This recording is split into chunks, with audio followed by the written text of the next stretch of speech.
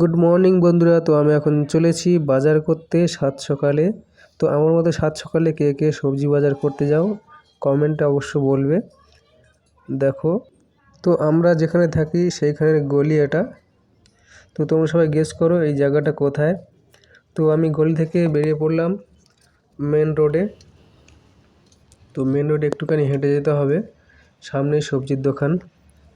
ওখান থেকে সব আমরা বাকিতে নিই, বুক করেছি, বুকে সব বাকি নিই আমরা।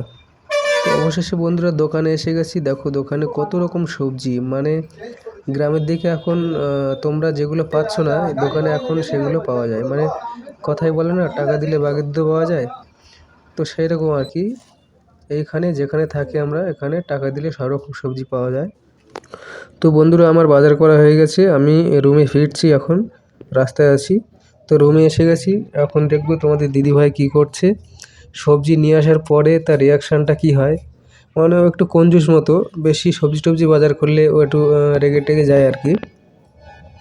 তো দেখো তোমাদের দিদিভাইয়ের রিয়াকশানটা দেখো।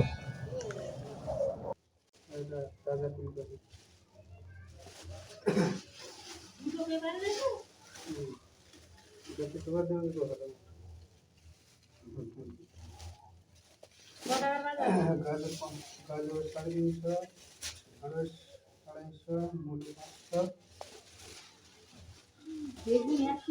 বেগুন 1 কেজি, দুটো কলা হচ্ছে 200। তাহলে ব্যবস্থা মনে হয় খুব ভালো।